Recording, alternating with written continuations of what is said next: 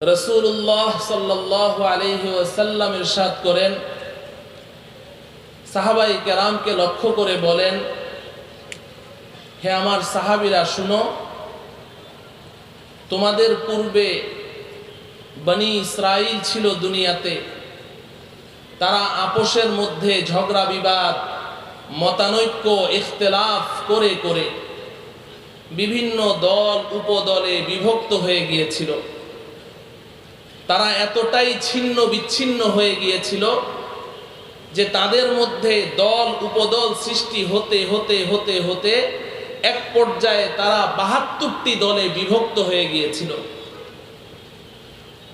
নবীজি সাল্লাল্লাহু আলাইহি ওয়াসাল্লাম বলেন, আমার উম্মতের মধ্যেও এক সময় এমন ইখতিলাফ, মতানৈক্য, ঝগড়া বিবাদ হতে থাকবে। ছোট্ট ছোট্ট কারণ, ছোট্ট ছোট্ট কথায় তারা আপোষের ঐক্য এবং ইত্তেফাককে বিনষ্ট করে তাদের মধ্যে এমন দল উপদল সৃষ্টি হতে থাকবে। এক পর্যায়ে তারাও এভাবে ছিন্ন বিচ্ছিন্ন হতে হতে ছোট ছোট দল উপদলে বিভক্ত হতে হতে এক পর্যায়ে আমার উম্মত ৭৩ দলে বিভক্ত হবে। নবীজি বলেন, এই ৭৩টি দলের মধ্যে ৭২টি দল যাবে জাহান্নামে, একটি মাত্র দল যাবে জান্নাতে। মুহতারাম হাজরিন, এখানে অধিকাংশ শ্রোতাই উলামা, তলাবা আর বাকি যারা আছেন তারা উলামায়ে কেরামের দীর্ঘ সোহবত ইয়াফতা। সব কথা খুলে বলার প্রয়োজন আমি মনে করছি না। আপনারা সকলেই জানেন, যাদেরকে খেতাব করে, যাদেরকে সম্বোধন করে নবীজি এই ঘোষণাটি দিয়েছিলেন, সেই সকল মহান সাহাবায়ে কেরাম তারা কিন্তু ৭৩ দলে বিভক্ত হননি। হয়েছিলেন নাকি? সাহাবায়ে কেরাম ৭৩ দলে বিভক্ত ছিলেন না। তাহলে নবীজি এই হাদিসে কাদের কথা বলেছেন? নবীজি একটি ভবিষ্যৎবাণী করেছেন যে আমার উম্মতে এক সময়, এমন একটা সময় আসবে যে তারা এভাবে বিভিন্ন দল উপদলে বিভক্ত হবে। আমি কোরআন ও হাদিসের, কোরআন ও সুন্নাহর একজন আদনা তালিবুল ইলম হিসেবে, একজন নগণ্য ছাত্র হিসেবে আমার কাছে খুব মনে হয়, বারবার মনে হয়, নবীজি উম্মতের যেই বিভীষিকাময় সময়ের কথা, যেই নাজুক ওয়াক্তের কথা, যেই ভয়ানক সময় এবং বিভৎস চিত্রের কথা এই হাদিসে ভবিষ্যৎবাণী করেছেন যে উম্মতের কেউ কারো উপরে আস্থা রাখবে না।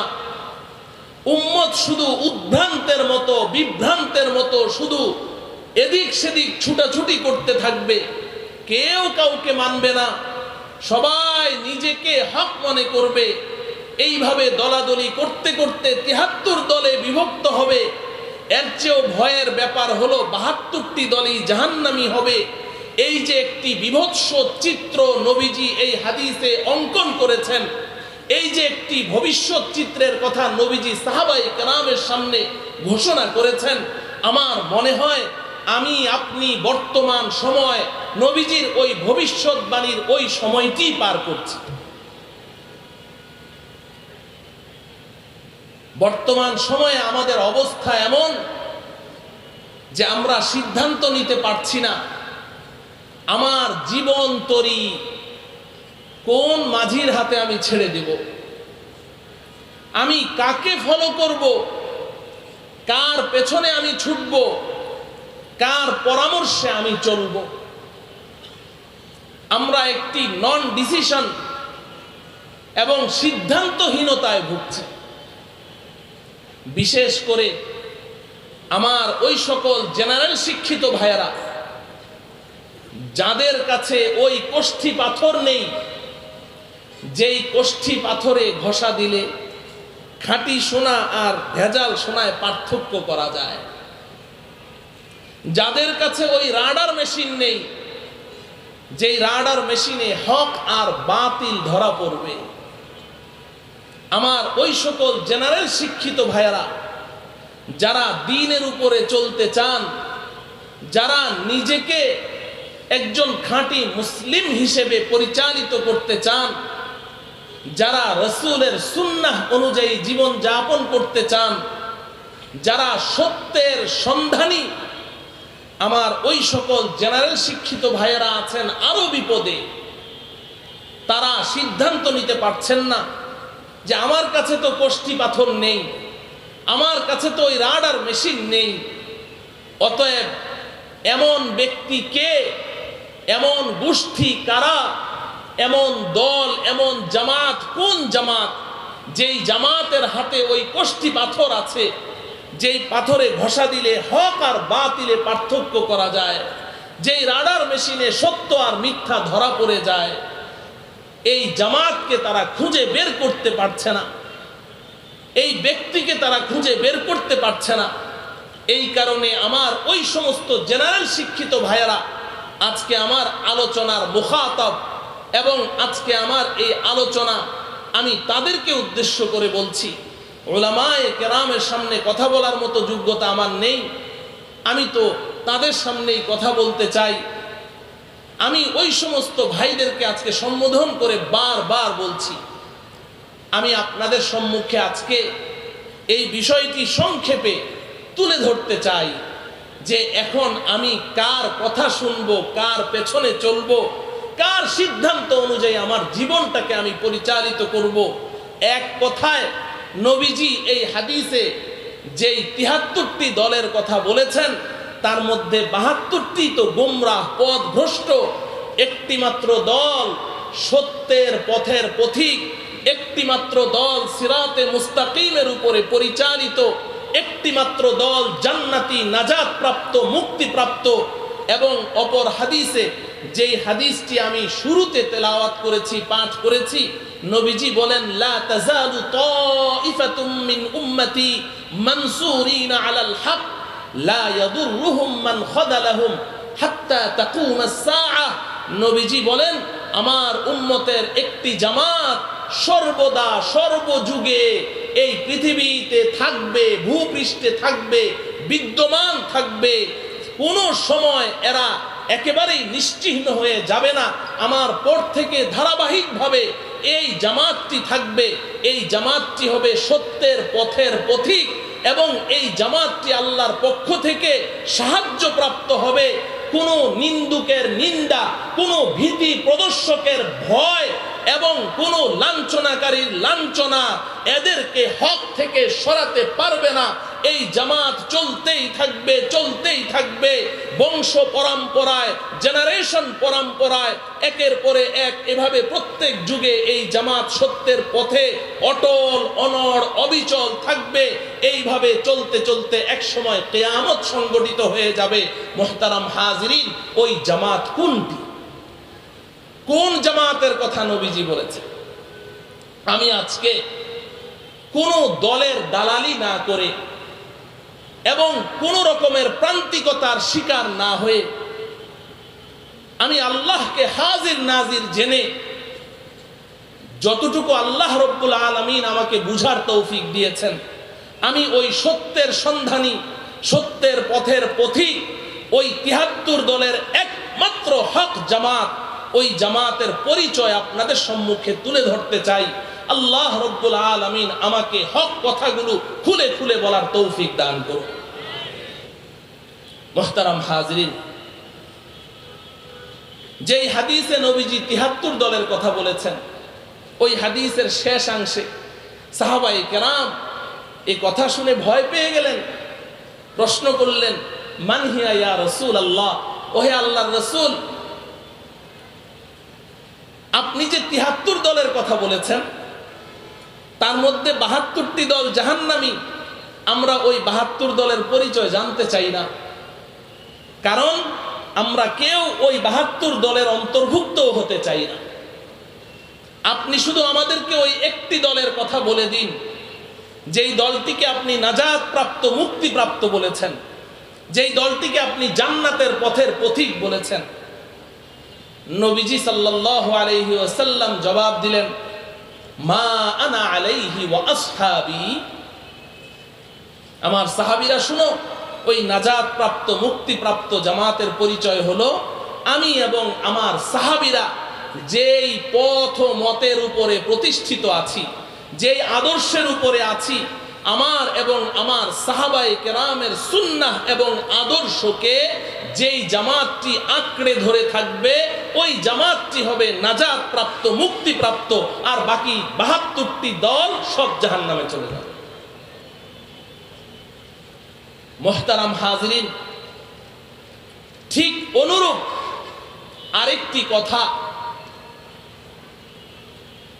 বিশ্ববিখ্যাত মুফাসসিরে কোরআন আল্লামা জালালউদ্দিন সুয়ুতি রহমতুল্লাহি আলাইহি তার অনবদ্য তাফসির গ্রন্থ আদ-দুররুল মানসুরের মধ্যে তিনি রিওয়ায়াত এনেছেন। কোরআনে হাকিমে আল্লাহ রাব্বুল আলামিন আরেকটি চমৎকার কথা বলেছেন, ইয়াউমা তাবিয়াদ্দু বুজুহু ওয়া তাসওয়াদ্দু বুজুহ। দুনিয়াতে যদিও ৭৩ দল, আল্লাহ পাক বলেন যে হাসরের ময়দানে আমি করে ফেলবো সমস্ত মানুষকে ২ দলে বিভক্ত। হাসরের ময়দানে আমি ২ দলে বিভক্ত করব, ওখানে আর এত দল থাকবে না।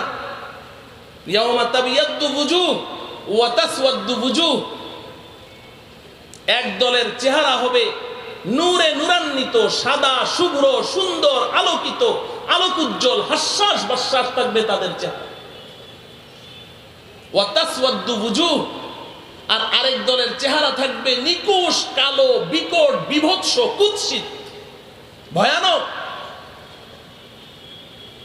এরপরে আল্লাহ পাক সামনে বলছেন, যেই দলের চেহারা কালো, কুৎসিত হবে, ভয়ানক হবে, বিভৎস চেহারার অধিকারী হবে, এদেরকে আমি জাহান্নামে নিক্ষেপ করব।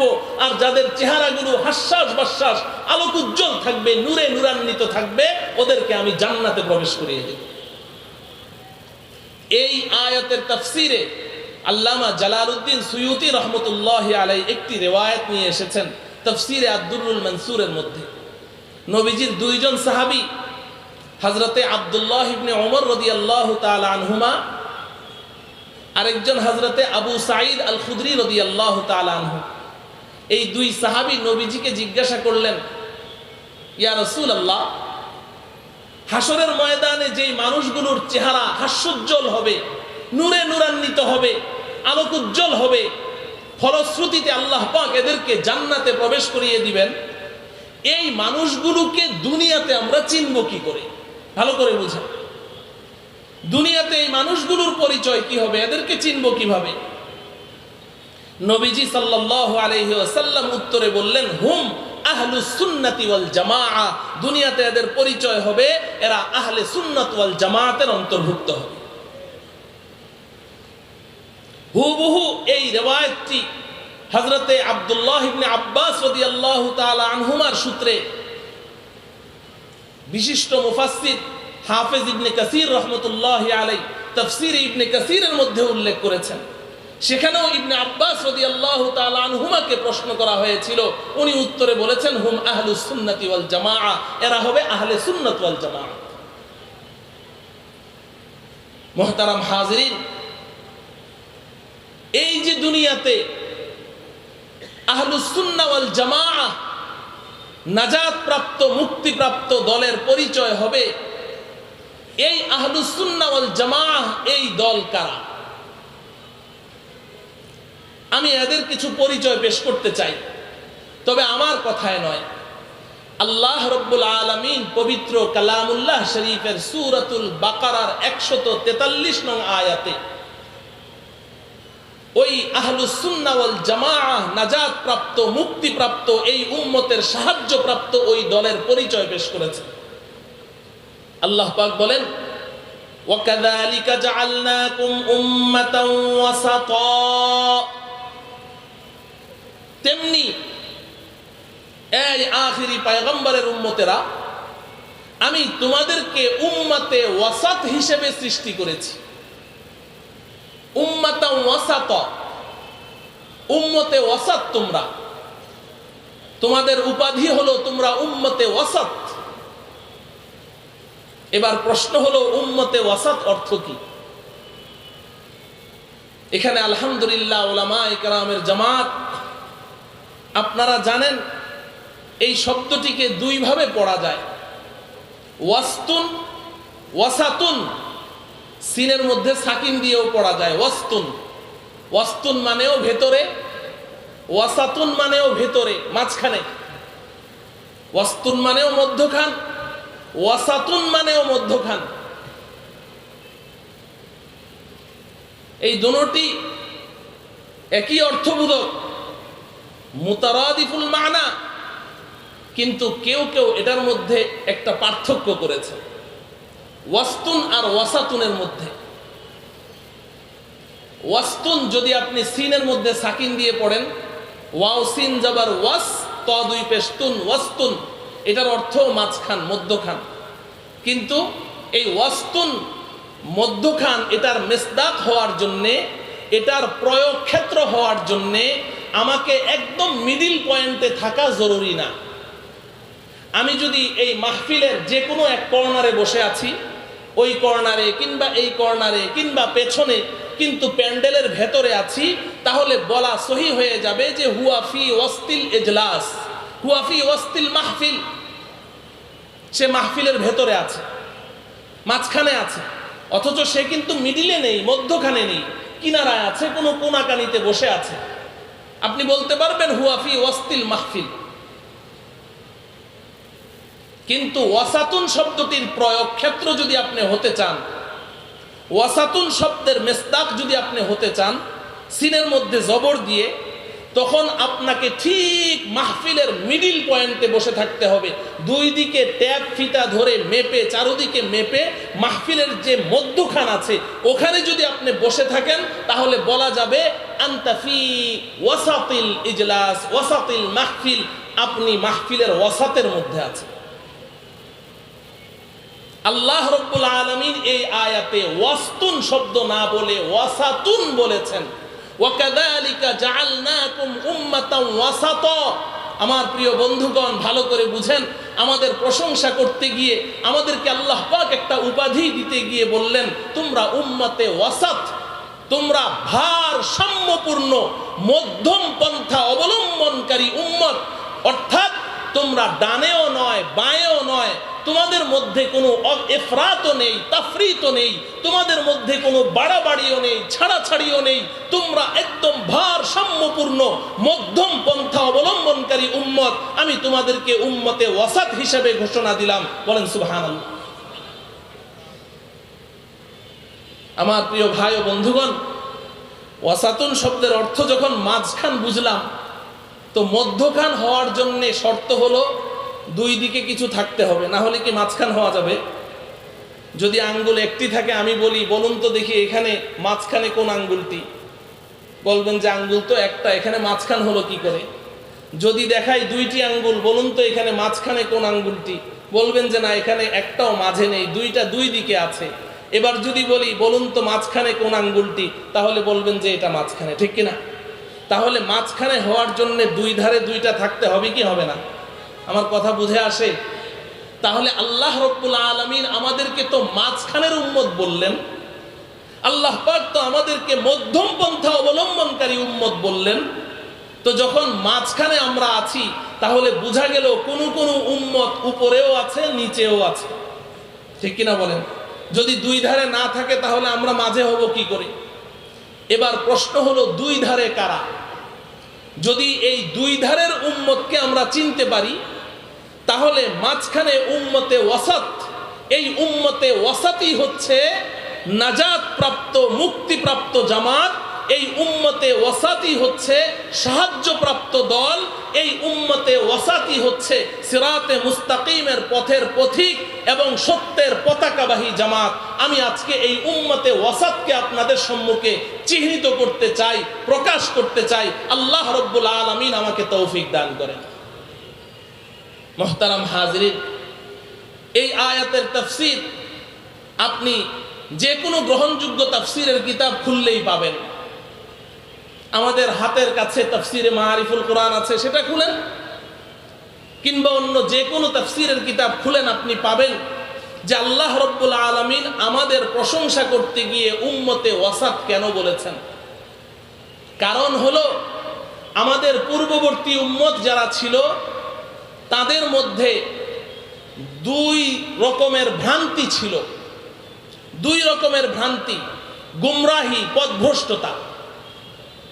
এক রকমের ভ্রান্তি ছিল পূর্বের উম্মতের এক দল, তারা ইফরাতের শিকার ছিল, বাড়াবাড়ির শিকার ছিল, বাড়াবাড়ি করত। আরেক দলের আরেক প্রকারের ভ্রান্তি ছিল, এক প্রকারের উম্মত ছিল তারা শুধু ছাড়াছাড়ি করত, শিথিলতা করত, চরম শিথিলতা, ছাড় দিত, তাফরিতের শিকার ছিল। আমি ছোট্ট ছোট্ট উদাহরণ দিয়ে বুঝাই। তুরাফুল আশিয়া বিআজদাদিহা, আপনি উম্মতে ওয়াসাত বুঝতে হলে দুই ধারের উম্মতকে চিনলেই উম্মতে ওয়াসাত চিনে যাবেন, নাজাত প্রাপ্ত উম্মত চিনে যাবেন। আপনার মুক্তাদা এবং কাদের পেছনে চলবেন তাদেরকে চিনে যাবেন। এক প্রকারের উম্মত ছিল বাড়াবাড়ির শিকার, ইফরাতের শিকার, বাড়াবাড়ি করত। বনি ইসরাইলের মধ্যে কিছু লোক ছিল, তারা আল্লাহ পাকের পয়গম্বরকে সীমাতিরিক্ত সম্মান প্রদর্শন করতে করতে, আল্লাহর পয়গম্বরকে সম্মান প্রদর্শন করতে করতে এতটাই সীমা লঙ্ঘন করে ফেললো যে এক পর্যায়ে তারা ঘোষণা দিল আমাদের এই পয়গম্বর আল্লাহর পুত্র। নাউজুবিল্লাহ বলেন। وقالت اليهود عزير ابن الله وقالت النصارى المسيح ابن الله। আল্লাহ পাক বলেন ইহুদিদের এক দল তারা আমার প্রেরিত পয়গম্বর উজাইরকে তারা ঘোষণা দিল এই উজাইর আল্লাহর পুত্র। খ্রিস্টানরা এক পর্যায়ে হযরতে ঈসা আলাইহিস সালামকে সম্মান করতে করতে এতটাই সীমা লঙ্ঘন করলো, এতটাই ইফরাতের শিকার হয়ে গেল যে এক পর্যায়ে তারা ঘোষণা দিল ঈসা আল্লাহর পুত্র। নাউজুবিল্লাহ বলেন। আপনারা বলেন এটা কি বাড়াবাড়ি নয়? নবী কি আল্লাহর পুত্র হতে পারে? আল্লাহর কোনো সন্তান আছে? লাম ইয়ালিদ ওয়া লাম ইউলাদ। আল্লাহ কাউকে জন্ম দেননি, আল্লাহ কেউ জন্ম দেয়নি, আল্লাহর কোনো সন্তান নেই। আল্লাহর সন্তান নির্ধারণ করার অর্থ হলো পিতা আর পুত্র হামজিন্স হয়, একই জাতের হয়। মানুষের ঘরে মানুষ জন্ম নেয়, পশুর ঘরে পশু জন্ম নেয়, গরুর ঘরে যেই জাত পিতা পুত্র সেই জাতের হয়। তাহলে পয়গম্বরকে যদি আল্লাহর পুত্র বলা হয় এর অর্থ কি? ওই পয়গম্বরকেও তারা খোদা নির্ধারণ করেছে। বাড়াবাড়ি সম্মান প্রদর্শন করতে করতে নবীকে আল্লাহর পুত্র ঘোষণা দিয়ে দিল। আর আরেক দল ছিল ছাড়াছাড়ির শিকার। এই বনি ইসরাইল যারা বাড়াবাড়ির চরম সীমানায় পৌঁছে গেছে, এই বনি ইসরাইলরাই আবার কোন কোন ক্ষেত্রে এতটাই ছাড়াছাড়ির শিকার, এতটাই তাফরিতের শিকার হয়েছে, যেখানে পয়গম্বরকে আল্লাহর পুত্র ঘোষণা করছে সেখানে আবার পয়গম্বর যখন তাদেরকে জিহাদের জন্য আহ্বান করে তখন তারা বলে ইযহাব আনতা ওয়া রাব্বুকা ফাকাতিলা ইন্না হাহুনা কাঈদুন। এই পয়গম্বরে খোদা যান, আপনি আপনার খোদাকে নিয়ে জিহাদ করেন, আমরা যাব না, আমরা এখানে বসে আছি। বলেন এটা তাফরিদ এবং ছাড়াছাড়ি কিংবা শিথিলতা কিনা বলেন? শুধু তাই নয়, যারা বাড়াবাড়ির চরম সীমানায় পৌঁছে গিয়েছে, পয়গম্বরকে আল্লাহর পুত্র নির্ধারণ করেছে, সেই মানুষগুলোর হাতে আপনি তারিখ পড়েন, তাফসীরের কিতাব পড়েন, তারাই নিজ হাতে আল্লাহর পয়গম্বর, অসংখ্য পয়গম্বরকে অসম্মান করতে করতে, লাঞ্ছিত করতে করতে এক পর্যায়ে তারা নিজ হাতে অসংখ্য নবী রাসূলকে হত্যা পর্যন্ত করে দিয়েছে। তাহলে পূর্বের উম্মত ভুল ভ্রান্তির দিক থেকে তারা কেউ ছিল বাড়াবাড়ির শিকার আর কেউ ছিল ছাড়াছাড়ির শিকার। এবার আল্লাহ রাব্বুল আলামিন এই উম্মতের প্রশংসা করতে গিয়ে বলছেন, ওয়াকাযালিকা জাআলনাকুম উম্মাতান ওয়াসাতা, এই উম্মতে মুহাম্মাদি আমি তোমাদেরকে আমি আল্লাহ নিজে এই উপাধি দিলাম। পূর্বের যে সমস্ত উম্মতরা বাড়াবাড়ি করেছিল, যারা ছাড়াছাড়ি করেছিল, ইফরাত ও তাফরিতের শিকার ছিল, তোমরা ওই উম্মত, তোমরা কিন্তু বাড়াবাড়িরও শিকার হবে না, তোমরা কিন্তু ইফরাত করবে না, সীমা লঙ্ঘন করবে না, এরকম পয়গম্বরকে মর্যাদা দিতে দিতে আল্লাহর আসনে বসাবে না, এবং পয়গম্বরকে অসম্মানও করবে না, ছাড়াছাড়িও করবে না। তোমরা হবে ভারসাম্যপূর্ণ মধ্যম পন্থা অবলম্বনকারী উম্মত। মুহতারাম হাজিরিন, এতটুকু কথা যদি বুঝে আসে, তাহলে আমি আপনাদের কাছে জানতে চাই, বেয়াদবি মনে না করলে একটু বলেন, আল্লাহ পাক তো আমাদেরকে বলেছেন আমাদের মধ্যে কোনো বাড়াবাড়ি থাকবে না, কোনো ছাড়াছাড়ি থাকবে না, কিন্তু আমরা এই কোরআন নাজিলের 1450 বছর পরে এসে এখন কি দেখছি? আমাদের মধ্যে বাড়াবাড়ি আছে না নাই? ছাড়াছাড়ি আছে না নাই? আমি বর্তমান সময়ে আমার জেনারেল শিক্ষিত দিনদার সাথীদেরকে বলছি, আপনারা তো সিদ্ধান্ত নিতে পারছেন না। আমি তো এখন এই 73 দলকে 3 দলে নিয়ে এসেছি। এবার এই 3 দলের মধ্যে যারা বাড়াবাড়ির শিকার তারাও জাহান্নামী, যারা ছাড়াছাড়ির শিকার তাদের সম্পর্কেও বলা হয়েছে তারা গোমরাহ এবং পথভ্রষ্ট। মধ্যম পন্থা অবলম্বনকারী ভারসাম্যপূর্ণ উম্মত যারা, তারাই হবে মানসুরিনা আলাল হক, তারাই হবে হক ও হক্কানিয়াতের পতাকাবাহী। আমি ওই 2 দলের পরিচয় যদি আপনাদের সম্মুখে পেশ করতে পারি, তাহলে এই মধ্যম পন্থা অবলম্বনকারী এই জামাতকে আপনারা চিনে নিন, এবং এই জামাতের সাথে আমরণ চলার, তাদের দিক নির্দেশনা অনুযায়ী নিজের জীবনকে পরিচালিত করার প্রতিজ্ঞা নিয়ে এই মাহফিল থেকে যাবেন। ইনশাআল্লাহ এই মাহফিল সার্থক হবে। মুহতারাম হাজিরিন, সময় যেহেতু বেঁধে দেয়া, আমি 2টা দলকে আপনাদের সম্মুখে পরিচিত করতে পারবো কিনা আমি জানি না। একটা করে শুরু করি। 1 নাম্বার আমি বলেছি বাড়াবাড়ির শিকার। বাড়াবাড়ি যারা করে, ইফরাত করে, আল্লাহ পাক কোরআনে কারীমে তাদের এক পরিচয় তো দিলেন, ওয়াকালাতিল ইয়াহুদু উযাইরুন ইবনুল্লাহ ওয়াকালাতিন নাসারাল মাসীহ ইবনুল্লাহ। ইহুদি খ্রিস্টানরা রাসূলকে আল্লাহর সন্তান নির্ধারণ করেছে তথা নবীকে আল্লাহর সাথে শরীক করেছে। বলেন ঠিক কিনা? আল্লাহর সাথে নবীকে শরীক করেছে, তারা শিরকে লিপ্ত হয়েছে। আল্লাহ রাব্বুল আলামিন তাদের আরো পরিচয় কোরআনে কারীমে পেশ করেছেন, ইত্তাখাযু আহবারহুম ওয়া রুহবানাহুম মিন দুনিল্লাহ। তারা তাদের ধর্মীয় নেতা, ধর্মযাজক, তাদের মধ্যে যারা পাদ্রী ছিল, ধর্মযাজক ছিল, ধর্মীয় পরামর্শক ছিল,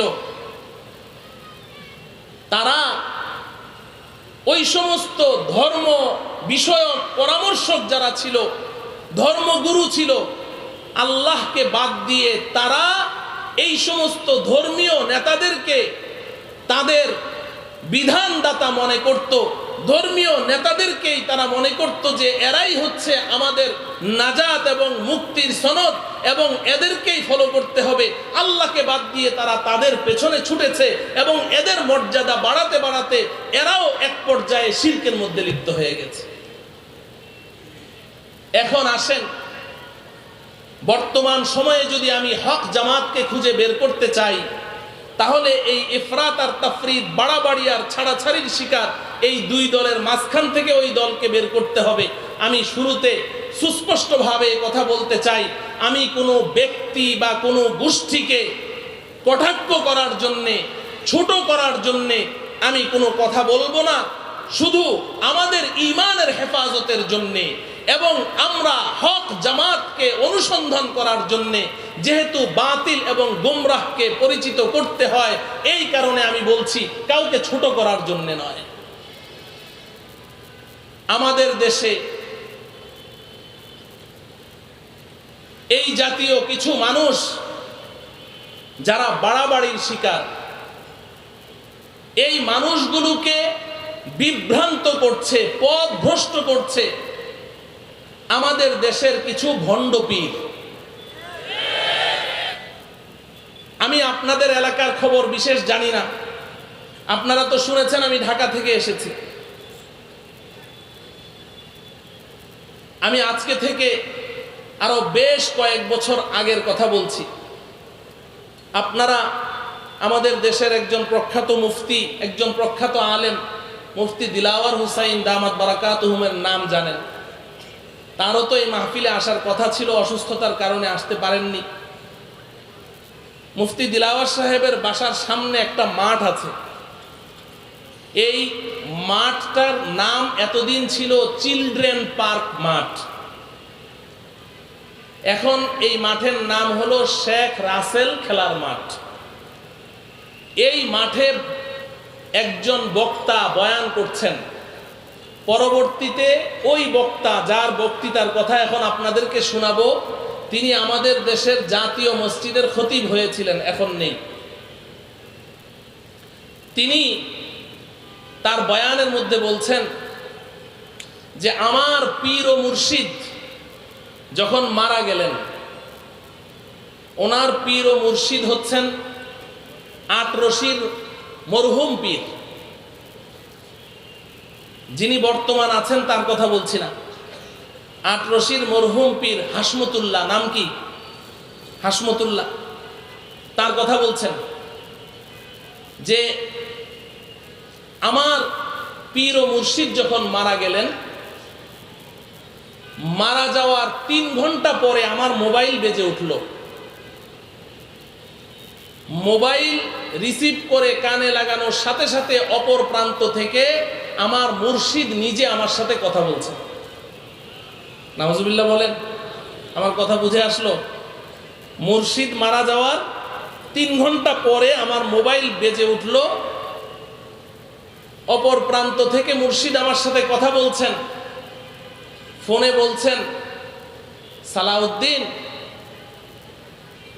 আমি তো দুনিয়া থেকে চলে আসলাম, আমার রেখে যাওয়া বাকি কাজগুলো তোমার দায়িত্বে রেখে গেলাম, বাকি কাজগুলো তুমি সম্পন্ন করো। আমি নিজ কানে শুনেছি, অতএব আমার বলতে কোনো ভয় নেই, আমার বাসার পাশে। দ্বিতীয় নাম্বার কথা বললেন, ভালো করে বুঝেন, আল্লাহ পাক আপনাদেরকে সুস্থ এবং সুষ্ঠু বিবেক দিয়েছেন। আমার প্রিয় ভাই ও বন্ধুগণ, আমার জেনারেল শিক্ষিত ভাইয়েরা ভালো করে শুনেন। দ্বিতীয় কথা তিনি বললেন, আমার পীর ও মুর্শিদ মারা যাওয়ার পরে তার লাশ কে ধোয়াবে, তাকে গোসল দিবে কে, এটা নিয়ে তার খলিফাদের মধ্যে মতানৈক্য সৃষ্টি হলো। সবাই গোসল দিতে চায়। পরামর্শ বৈঠক বসলো।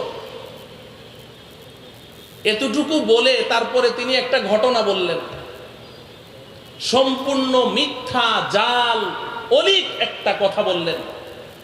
তিনি বললেন যে নবীজি সাল্লাল্লাহু আলাইহি ওয়াসাল্লাম ইন্তেকাল করার পরে সাহাবায়ে কেরামের পরামর্শ বৈঠক বসলো, নবীজির লাশকে ধোয়াবে। পরামর্শে সিদ্ধান্ত হলো যে আলী নবীজির লাশ ধোয়াবে। হযরতে আলী রাদিয়াল্লাহু তাআলা আনহু পরামর্শ মতে, সিদ্ধান্ত অনুযায়ী নবীজিকে গোসল দেওয়ার জন্য গেলেন। চারদিকে পর্দা, ভেতরে হযরতে আলী। এখন হযরতে আলী সিদ্ধান্তহীনতায় ভুগছেন যে নবীজির লাশ যে আমি ধোয়াবো, গোসল দিব, নবীজির শরীরে যে পোশাক আছে, নবীজির এই লেবাস মোবারক সহই তাকে গোসল দিব, নাকি লেবাস খুলে খালি শরীরে তাকে গোসল দিব। হযরতে আলী কোনো সিদ্ধান্ত নিতে পারছেন না। আপনারা মুবতাদা খবর ঠিক রাখবেন। ওই লোকের কথা শোনাচ্ছি আমি কোনো হাদিস শোনাচ্ছি না, ঠিক আছে তো? তো সে বলছে যে হযরতে আলী দাঁড়িয়ে খুব বিব্রত বোধ করছেন যে এখন আমি কি করব, নবীজিকে কিভাবে গোসল দিব। এই যখন তার অবস্থা, কোনো সিদ্ধান্ত নিতে পারছেন না, হঠাৎ করে হযরতে আলী নবীজির দিকে তাকিয়ে আছেন আর দেখছে যে নবীজি মিটমিট করে হাসছেন আর বলছেন আলী আমার কাপড়ের উপর দিয়ে আমাকে গোসল দিয়ে দাও। নাউজুবিল্লাহ বলেন। এমন একটি মিথ্যা ঘটনা বলে, ভালো করে বুঝেন, আমি তার শব্দে শব্দে আপনাদেরকে বয়ান করছি।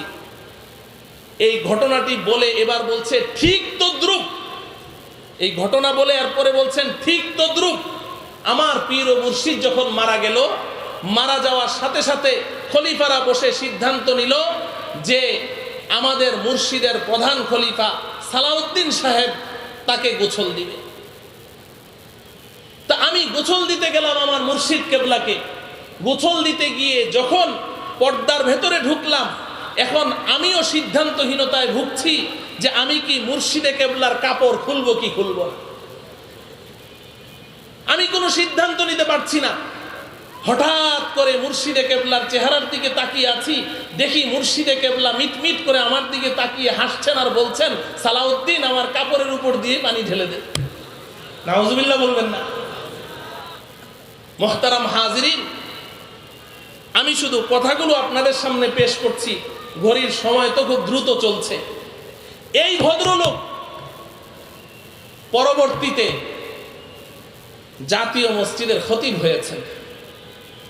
জাতীয় মসজিদের খতিব হওয়ার পরে তিনি কোনো একদিন জুমার খুতবায় তিনি ঘোষণা দিলেন যে আমি যখন এই মসজিদের মিম্বারে এসে জুমার খুতবা দেই, যখন এসে আমি মিম্বারে বসি, ওই সময় নবীজি এসে এখানে সশরীরে হাজির হয়ে যায়।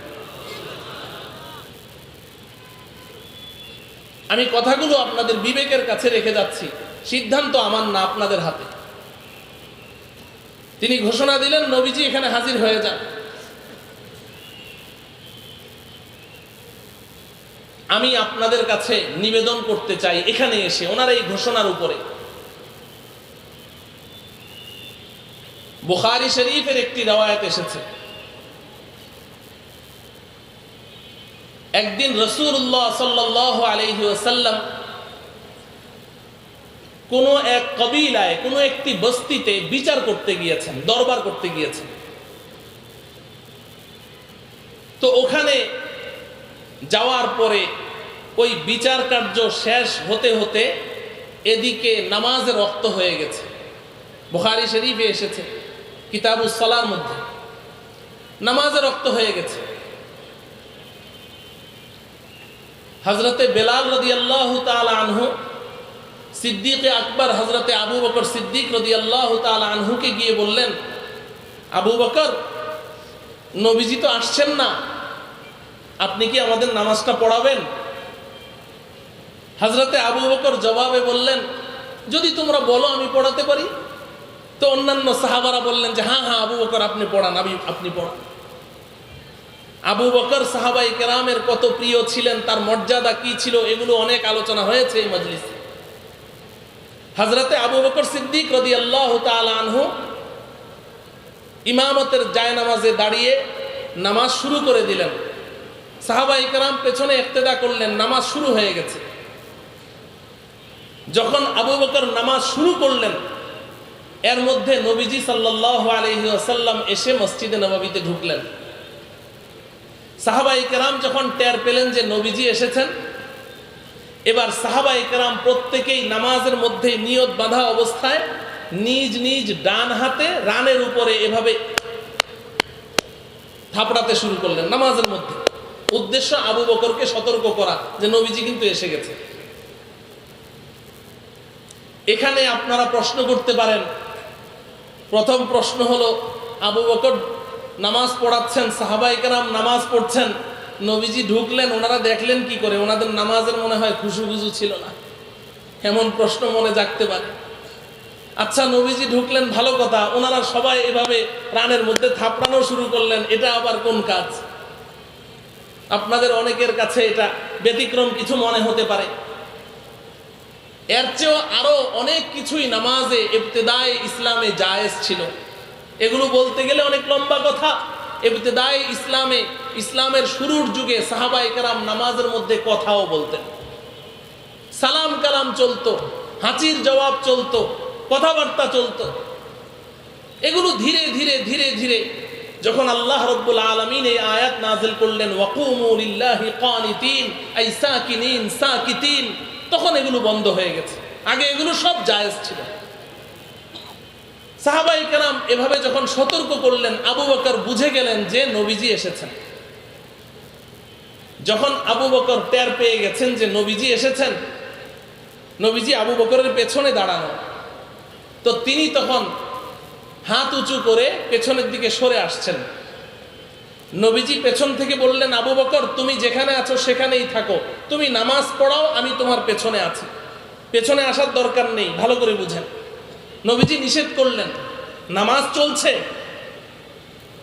আবু বকর নবীজির নির্দেশ উপেক্ষা করে তিনি পেছনে চলে আসলেন। নবীজি যখন দেখলেন আবু বকর পেছনে চলে এসেছে, এবার নবীজি আর কি করবেন, সামনে গেলেন, নামাজ পড়ালেন। নামাজের পরে আবু বকরকে ডেকে বললেন, আবু বকর ব্যাপার কি? আমি তোমাকে নিষেধ করলাম পেছনে আসার জন্যে, তুমি আমার কথা না শুনে পেছনে কেন এসেছো? নামাজ পড়াওনি কেন? হযরতে আবু বকরের জবাবটা শুনেন। হযরতে আবু বকর সিদ্দিক রাদিয়াল্লাহু তাআলা আনহু উত্তর দিলেন, মা লি ইবনি আবি কুহাফাতা আইয়া উম্মা রাসূলুল্লাহি সাল্লাল্লাহু আলাইহি ওয়াসাল্লাম।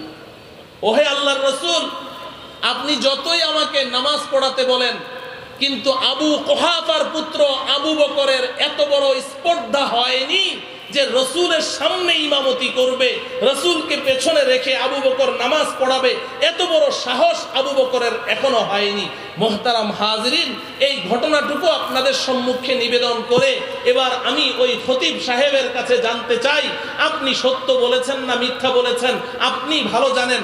আপনার বর্ণনা মতে আপনি যখন মসজিদের মিম্বারে বসেন, নবীজি যদি সশরীরে এখানে উপস্থিত হয়ে যায়, কিছুক্ষণ পরেই তো জুমার নামাজ, নবীজি যেখানে উপস্থিত সেখানে আবু বকর ইমামতি করাকে বেয়াদবি মনে করেন, তাহলে জাতীয় মসজিদে আপনি যখন উপস্থিত, তখন যদি নবীজি সশরীরে উপস্থিত থাকে, আপনি কত বড় বেয়াদব! নবীজিকে ইমামতি করতে না দিয়ে আপনি কেন ইমামতি করলেন? কি জবাব? কেন আপনি ইমামতি করলেন? কোনদিন কি পত্র পত্রিকায় আপনারা দেখেছেন যে আজকে বাংলাদেশের জাতীয় মসজিদে জুমার নামাজের ইমামতি নবীজি করেছেন? এরকম দেখেছেন নাকি? আমি তো দেখিনি। আমি আপনাদের বিবেকের কাছে কথাগুলো রাখছি। অতএব যারা এই দাবি করেন যে আমরা যখন দরুদ পড়ি, আমরা যখন ইয়া নবী সালামু আলাইকা বলি, তখন নবীজি সশরীরে এসে যান, তাদের বিবেকের কাছেও আমি এই প্রশ্ন রাখলাম। মুহতারাম ভাইও, এরা ওই যে নবীকে সম্মান করতে করতে, নবীকে সম্মান করতে করতে ইহুদি খ্রিস্টান তারা যেমন নাকি আল্লাহ পাকের সমকক্ষ আল্লাহর তুলনা করেছে, আল্লাহর সাথে তুলনা করেছে, আল্লাহর সন্তান সাব্যস্ত করেছে, আজকে আমাদেরকে আল্লাহ পাক উম্মতে ওয়াসাত ঘোষণা করলেন। আরে উম্মতে ওয়াসাত ঘোষণা করলে যদি সেই লকব এবং উপাধি তোমার সাথে রাখতে চাও, তুমি যদি সেই উম্মতে ওয়াসাতের অন্তর্ভুক্ত হতে চাও, তুমি যদি আহলুস সুন্নাহ ওয়াল জামাতে শামিল থাকতে চাও, তাহলে তোমাকে ওই ইফরাত বর্জন করতে হবে, ওই বাড়াবাড়ি বর্জন করতে হবে। তারা যেমন আল্লাহর সাথে রাসূলকে শরীক করেছে, আজকে তোমরাও আল্লাহর সাথে রাসূলকে শরীক করছো। শিরিক দুই প্রকার মনে রাখবেন, একটি হলো শিরিক ফি যাত, আরেকটি শিরিক ফি সিফাত। একটি তো আল্লাহর সত্তার সাথে শরীক করা, আরেকটি হলো আল্লাহ পাকের প্রাইভেট কিছু সিফাত আছে, আল্লাহ পাক ফর এক্সেপশনাল ফর আল্লাহ, আল্লাহর জন্য এটা খাস। এই সিফাত, এই গুণ, এই বৈশিষ্ট্য আল্লাহ পাক কোনো মাখলুককে দান করেননি। কিছু সিফাত, কিছু গুণ আল্লাহ পাক নিজের জন্য বরাদ্দ রেখেছেন। যেমন আল্লাহ পাক সর্বশ্রোতা, সব শুনেন, সব শুনেন। আল্লাহ পাক সর্বদ্রষ্টা, আল্লাহ সব দেখেন, সব দেখেন। আল্লাহ পাক সর্বজ্ঞানী, সব কিছু জানেন। তেমনি আল্লাহ পাকের একটি বিশেষ গুণ হলো আল্লাহ পাক সর্বত্র বিরাজমান, সব জায়গায় আল্লাহ হাজির ও নাজির, সব জায়গায় উপস্থিত। এটা আল্লাহ পাকের শুধুমাত্র আল্লাহর বৈশিষ্ট্য। কোনো মাখলুকের মধ্যে আল্লাহ পাক এই সিফাত সৃষ্টি করেননি।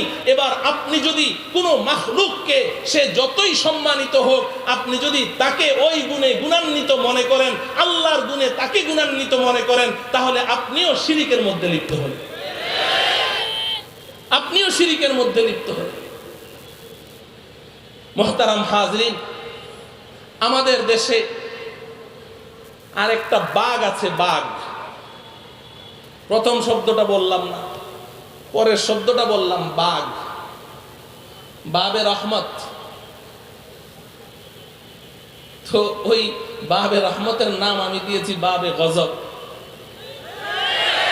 এই বাবে গজবে যে মানুষটা আছে, এই মানুষটা, তার প্রথম দাবি হলো সে আল্লাহকে সরাসরি দেখে এবং তার মুরিদান যারা আশিকে রসুল আছে তাদের সবাইকে সে আল্লাহকে দেখিয়ে দেয়। অথচ কোরআনে হাকিমে আল্লাহ পাক কি বলছেন? এই দুনিয়ার চর্মচক্ষু দ্বারা কেউ আল্লাহকে দেখতে, লা তুদরিকুহুল আবসার ওয়া হুয়া ইউদরিকুল আবসার ওয়া হুয়াল লাতীফুল খবীর। নবীদের মধ্যে একজন নবী আল্লাহকে দেখার জন্য আবদার করেছিলেন। সেই নবীর নাম কি? হযরতে মূসা আলাইহিস সালাম। কিন্তু আল্লাহ পাক কি দেখা দিয়েছেন? আল্লাহ পাক পরিষ্কার বলছেন, ফালাম্মা জাআ মূসা লিমিকাতিনা ওয়া কাল্লামাহু রাব্বুহু ক্বালা রাব্বি আরিনি আনজুর ইলাইক قال لن تراني ولكن انظر إلى الجبل فإن استقر مكانه فسوف تراني فلما تجلى ربه للجبل جعله دكا وخر موسى صعقا فلما أفاق قال سبحانك تبت إليك وأنا أول المؤمنين। মুসা আলাইহিস সালাম বললেন, কথা বলতে বলতে এক পর্যায়ে তার ভালোবাসার দরিয়ায় এমন ঢেউ খেললো, রব্বি আরিনি আনজুর ইলাইক, ও আল্লাহ একটু দেখা দাও। আল্লাহ পাক বললেন, লান তারানি, এ মুসা কোশ্চিন কালেও নয়, কোশ্চিন কালেও নয়, কোয়াইট ইম্পসিবল, একেবারেই অসম্ভব, আমাকে দেখা সম্ভব নয়। কিন্তু মুসা তো মুসা, আল্লাহ একটু আল্লাহ একটু দেখা দাও, এক নজর।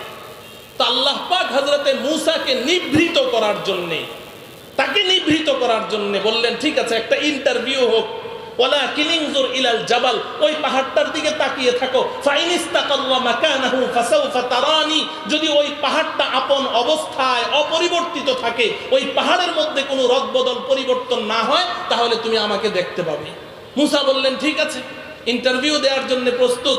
তিনি ওই পাহাড়ের দিকে তাকিয়ে আছেন। তখন তো মুসা ইশকের দরিয়ায় ভাসছেন, তিনি তো মোহাব্বতের সাগরে হাবুডুবু খাচ্ছেন। না হলে মুসা তো মুসা, তিনি তো ছেড়ে কথা বলার লোক না। তিনি তো বলতে পারতেন যে, আল্লাহ আপনি কি আমার ইন্টারভিউ নিচ্ছেন না পাহাড়ের ইন্টারভিউ নিচ্ছেন? আপনি বলছেন পাহাড় যদি অপরিবর্তিত হয় তাহলে দেখা দিবেন না, আমার কি দোষ, পাহাড় পরিবর্তন হইল কি হইল না, এই কথাটাও তার বলার খেয়াল নেই। তিনি তাকিয়ে আছেন, কারণ তখন তো তার ইশক এবং মুহাব্বতের দরিয়ায় তিনি হাবুডুবু খাচ্ছেন। তিনি পাহাড়ের দিকে তাকিয়ে আছেন। ফালাম্মা তাজাল্লা রাব্বুহু লিল জাবাল জাআলাহু দাক্কা ওয়া খাওয়া মূসা সাইকা। আল্লাহ রাব্বুল আলামিন তার নূরের তাজাল্লির একটা ফোঁটা ওই পাহাড়ের উপরে ছেড়ে দিলেন। তাফসীরে মাজহারি আপনি খুলে দেখবেন, আল্লামা সানাউল্লাহ পানিপতি রাহমাতুল্লাহি আলাইহি লিখেছেন, একটা শুয়ের পাছার মধ্যে যেই ছিদ্রি, ওই ছিদ্রি দিয়ে যতটুকু রহমত আসা সম্ভব, এর ৭০,০০০ ভাগের ১ ভাগ রহমত আল্লাহ পাক ওই দিন ওই পাহাড়ের উপরে ছেড়েছিলেন। জাআলাহু দাক্কা ওয়া খাররা মূসা সাইকা, পাহাড়টা একেবারে জমিনের সাথে মিশে গেল। মূসা বেহুশ হয়ে পড়ে গেলেন। যখন হুঁশ ফিরে আসলো, এবার বলছেন, ইন্নী তুবতু ইলাইকা ওয়া আনা আউয়ালুল মুমিনিন। আল্লাহ, তওবা তওবা তওবা, আমি আর আপনাকে দেখতে চাই না, আমি এই দুনিয়াতে দেখার দাবি করব না, এটা অন্যায় দাবি, আমি ঈমান আনছি আপনি আছেন। হযরতে মূসার দরখাস্ত আল্লাহ পাক কবুল করলেন না, দেখা দিলেন না। কিন্তু এই ভণ্ড বেঈমান বলে সে আল্লাহকে দেখে, তার মুরিদানদেরকেও দেখে। মুহতারাম হাজরিন, সর্বশেষ আরেকটা কথা বলে, আমি হয়তো 2 মিনিট সময় বেশি হয়ে যাবে, আরেকটা বলছি। তিনি তার আরেকটা বইয়ের মধ্যে লিখেছেন, বইটার নাম হলো, রসুল কি সত্যি গরিব ছিলেন? বইয়ের নাম, একটা প্রশ্নবোধক চিহ্ন। রসুল কি সত্যি গরিব ছিলেন? এই বইয়ের মধ্যে সে লিখছে, আমি একদিন স্বপ্নে দেখি আমি ফরিদপুর যাই। কোথায় যায়? কিরে ভাই, আশেকে রসুল যে যার প্রেমিক সে স্বপ্নে তো তার কাছে যাবে। তুমি যদি মদিনার রসুলের প্রেমিক হও, তুমি মদিনায় না গিয়ে ফরিদপুর কেন যাও? বুঝা গেল দাল মে কুছ কালা। ফরিদপুর কেন যায় জানেন? বলবো, ফরিদপুর ওনার শ্বশুর বাড়ি। ফরিদপুর কি শ্বশুর বাড়ি? আপনারা অনেকেই জানেন না। ফরিদপুর ওই যে চন্দ্রপাড়া, নাম শুনেছেন? এই চন্দ্রপাড়ার মরহুম পীর আবুল ফজল, এই আবুল ফজলের মেয়ের জামাই উনি একজন। মাশাআল্লাহ, ওনার সাথে পুরোপুরি ভাবে মিল আছে। আমাদের ফার্ম গেটে আরেকজন আছেন সাহিবুল বাতান ওয়াল বাদান, এই কুতুববাগ। এই দুজন কিন্তু আপন ভাইরা। দুজন কি আপন ভাইরা? ঠিক আছে, শ্বশুর বাড়িতে যাইতেই পারে স্বপ্নে। এখন সে লিখছে, পথিমধ্যে দেখি আমি একটা সুন্দর বাগান। বাগানটা দেখে আমি এতটাই মুগ্ধ হলাম, বাগানে ঢুকতে বাধ্য হলাম। ঘুরে ঘুরে দেখছি বাগানটা অনেক সুন্দর, কিন্তু ঘুরতে ঘুরতে এক কর্নারে দেখি একটা মাছবালা, একটা ডাস্টবিন, ময়লার স্তূপ। দেখে আমার মনটা খারাপ হয়ে গেল। এত সুন্দর বাগানের কর্নারে এরকম ময়লার স্তূপ। আমি এগিয়ে গেলাম, ময়লার স্তূপের উপরে গিয়ে দেখি, নাউযুবিল্লাহি মিন যালিক, আমার বলতেও এখন শরীর কাঁপছে। ওই ময়লার স্তূপের উপরে গিয়ে দেখি আমাদের নবীজির মৃতদেহ বিবস্ত্র অবস্থায় পড়ে আছে। একটি পা এরকম সোজা, আর একটি পা এরকম হাঁটু ভাঙা অবস্থায় শুয়ে আছে। আমি গিয়ে আমার ডান হাত ওই বাঁকা হাঁটুটার উপরে রাখলাম। আমার হাত রাখা মাত্রই নবীজির দেহে প্রাণ ফিরে এলো। নাউযুবিল্লাহ বলবেন। নবীজি এবার আমার দিকে তাকিয়ে বলছে, হে মুহাম্মাদি ইসলামের ধারক বাহক, তুমি আমার রেখে যাওয়া ইসলামকে পুনর্জীবন দান করেছো। মোহতারাম হাজরিন, এখানে এসে আমি দুটো কথা বলেই শেষ করছি। প্রথম কথা হলো, তারিখে মুহাম্মদ ইবনে ইসহাক একটি কিতাবের নাম, প্রাচীনতম একটি তারিখের কিতাব। তারিখে মুহাম্মদ ইবনে ইসহাক, ইমাম মুহাম্মদ ইবনে ইসহাক থেকে ইমামে বুখারীও রিওয়ায়াত গ্রহণ করেছেন। মুহাম্মদ ইবনে ইসহাক রাহমাতুল্লাহি আলাইহি তার তারিখের কিতাবের মধ্যে লিখেছেন, আমাদের সন্তানরা যেভাবে মাতৃগর্ভ থেকে দুনিয়াতে আসে, এরা কি পায়জামা পাঞ্জাবি টুপি পাগড়ি মাথায় দিয়ে আসে না ল্যাংটা হয়ে আসে? হ্যাঁ হ্যাঁ, ওই কিতাবের মধ্যে আছে আল্লাহ রাব্বুল আলামিন আমাদের নবীজিকে মা আমেনার গর্ভ থেকে যখন দুনিয়াতে পাঠিয়েছেন, তখন আল্লাহ পাক কুদরতি ভাবে নবীজির সতর ঢাকা অবস্থায়, পোশাক পরিহিত অবস্থায় দুনিয়াতে পাঠিয়েছেন। এবং ওই কিতাবের মধ্যে আছে নবীজির দুধমা হযরতে হালিমা রাদিয়াল্লাহু তাআলা আনহা, তিনি বলেন যে আমার কলিজার ধন মুহাম্মদ যখন আমার ঘরে দুগ্ধপুষ্য শিশু, একদিন চাঁদনি রাত মুহাম্মদকে ঘরে রেখে আমি বাইরে সংসারের কাজ করছি, হঠাৎ দেখি আকাশের চাঁদ খুব দৌড়াদৌড়ি করছে, লাফালাফি করছে, এক জায়গায় স্থির নাই। আমি ভয়ে দৌড়ে ঘরে গেলাম। ঘরে গিয়ে দেখি আমার সেই মুহাম্মদ কলিজার ধন দুগ্ধপুষ্য শিশু শুয়ে হাত পা এভাবে নাড়াচাড়া করছে। জানালা দিয়ে চাঁদের আলো ভিতরে ঢুকে করে দেখলাম মুহাম্মদের হাত যেদিকে যায় চাঁদটা লাফ দিয়ে ওদিকে চলে যায়। এরপর তিনি যে কথা বলেছেন, হযরতে হালিমা বলেন, মাঝে মধ্যে আমি তো আমার এই মুহাম্মাদের গায়ের উপরে পাতলা একটা কাপড় দিয়ে সব সময় ঢেকে রাখতাম। মাঝে মধ্যে তার হাত পা নাড়াচাড়ার কারণে অনেক সময় কাপড়টা হাঁটুর উপরে উঠে যেত। আমি প্রায়ই দেখেছি যখনই তার হাত পা নাড়াচাড়ার কারণে ওই কাপড়টা যখন হাঁটুর উপরে উঠে যেত, অদৃশ্য থেকে একটা হাত এসে টেনে ওই কাপড়টা আবার লম্বা করে দিত। মোহতারাম হাজরিন, 3 নম্বর ঘটনা বুখারী শরীফ সহ অসংখ্য হাদিসের কিতাবে আছে। নবীজি সাল্লাল্লাহু আলাইহি সাল্লাম যখন ছোট ছিলেন, কাবা ঘর পুনর্নির্মাণ হয়েছে 8ম বার। ওই সময় অন্যান্য যুবকদের সাথে নবীজিও ইট মাথায় করে নিচ্ছেন। অন্যান্য যুবকেরা ইট মাথায় নিলে ব্যথা লাগে, সবাই নিজ নিজ লুঙ্গি খুলে ভাঁজ করে মাথায় দিয়ে এবার উলঙ্গ হয়ে তারা ইট নেয়, কাবা ঘরের এই খেদমত করে। নবীজি তো তার লুঙ্গি খুলেন না। চাচা আব্বাস এসে বললেন, ভাতিজা, তোমার বন্ধুরা সবাই লুঙ্গি খুলে মাথায় দিয়েছে, কত আরামে ইট নিয়ে যাচ্ছে, তুমি খালি মাথায় কেন তুমি ইট নাও? তোমার লুঙ্গিটাও খুলো। আপনি কিতাব খুলে দেখেন নবীজি চাচার কথা মানবেন নাকি তার সতর খুলবেন? যদি সতর খুলেন তাহলে তার সতর খুলে যায়, লুঙ্গি খুললে সতর দুনিয়ার মানুষ দেখে ফেলবে, আর যদি তিনি সতর না খুলেন চাচার সাথে বেয়াদবি হয়ে যায়। তিনি এভাবে এই দুদুল্যমান অবস্থায় ঘামতে ঘামতে বেহুশ হয়ে জমিনে পড়ে গেছেন। মুহতারাম হাজরিন, আমি বলতে চাই, জন্মের সময় কুদরতি ভাবে কাপড় পরিহিত অবস্থায়, পোশাক পরিহিত অবস্থায়, সতর ঢাকা অবস্থায় দুনিয়াতে পাঠিয়ে জন্মের সময় আল্লাহ পাক যার সতর দুনিয়াবাসীকে দেখতে দিলেন না, দুগ্ধপুষ্য শিশু থাকাকালীন হযরতে হালিমার ঘরে থাকা অবস্থায় ফেরেশতা জিবরাইলের মাধ্যমে টেনে টেনে যার কাপড় সোজা করে দিয়েছেন, বাইতুল্লাহ নির্মাণের সময় বেহুশ করে জমিনে ফেলে দিয়ে যার সতরের আল্লাহ পাক হেফাজত করেছেন, এই কুলাঙ্গার বেঈমান বলছে তাকে বিবস্ত্র অবস্থায় সে দেখেছে। মুহতারাম হাজরিন, এই হচ্ছে আমাদের দেশের বাড়াবাড়ির চিত্র। আমি এই চিত্রটাও পুরোপুরি আপনাদের সামনে পেশ করতে পারলাম না, তবে আকলমন্দরা, ইশারা কাফিস, যারা বিবেকবান তাদের জন্য ইশারাই যথেষ্ট। যারা ইফরাতের শিকার, যারা বাড়াবাড়ির শিকার, তাদের পরিচয়টুকু পেশ করলাম। এই বাড়াবাড়ির শিকার যত দল আছে, যত জামাত আছে, এদের থেকে আমাদের বেঁচে চলতে হবে, ঈমান বাঁচাতে হবে। একটা থেকে বাঁচান, আর আরেকটা যদি আল্লাহ পাক তৌফিক দেন, আগামী বছর হায়াতে থাকে আর আমাকে সুযোগ দেয়া হয়, তাহলে ওই ছাড়াছাড়ির শিকার ওই দলটার পরিচয় ইনশাআল্লাহ পেশ করব। আল্লাহ রাব্বুল আলামিন ইফরাত এবং তাফরিদ থেকে বেঁচে উম্মতে ওয়াসাত এবং এই হক ও হক্কানিয়াতের জামাত, সর্বশেষ আমি বলেই ফেলি, আমার লোভ সামলাতে পারছি না, হক এবং হক্কানিয়াতের জামাতের পরিচয় এক কথায় আমি বলছি, বর্তমান বিশ্বের শ্রেষ্ঠ আলেমে দ্বীন শাইখুল ইসলাম আল্লামা তাকি উসমানী দামাত বারাকাতুহুম, ওনার রেফারেন্সে আমি বলছি।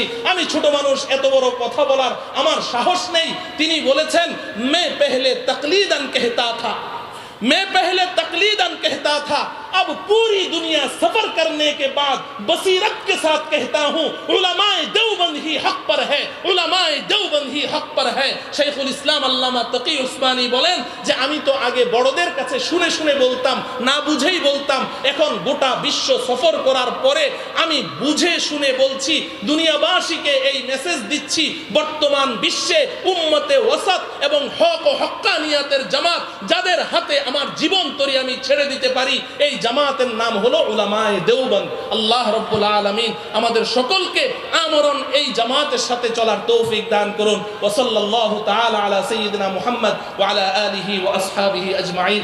আসসালামু আলাইকুম ওয়া রাহমাতুল্লাহি ওয়া বারাকাতুহু।